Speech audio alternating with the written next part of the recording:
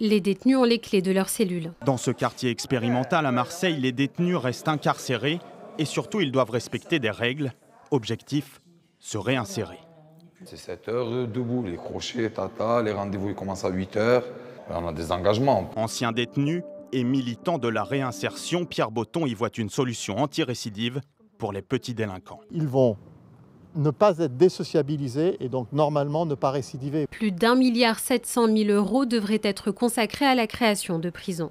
En Belgique, privé d'une partie de ses revenus, le prince Laurent attaque l'État. Une dotation revue à la baisse par le Parlement après 7 photos prises avec des dignitaires chinois. Son avocat veut revenir sur cette décision. Ce que nous espérons, c'est d'abord que le Conseil d'État, évidemment, revoie cette sanction qui nous semble illégitime et disproportionnée. Le prince se dit éprouvé et entame cette procédure pour lui, mais aussi pour sa famille. L'arrêt du Conseil d'État ne devrait pas être rendu avant au moins 1 an.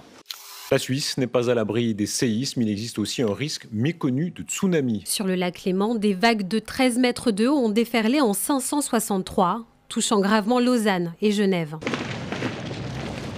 La masse de sédiments de départ, elle a glissé et elle a poussé à la fois vers l'avant et vers le haut la masse d'eau qui était présente.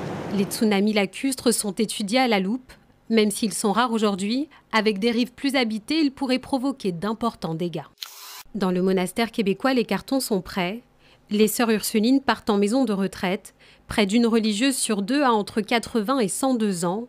Une vie au service de Dieu. Plus de 3 siècles et demi plus tard, la communauté quittera presque jour pour jour la maison mère avec une certaine nostalgie. La maison, comme il avait dit, je l'ai tatouée dans mon cœur. C'est une maison qui est habitée depuis 1642.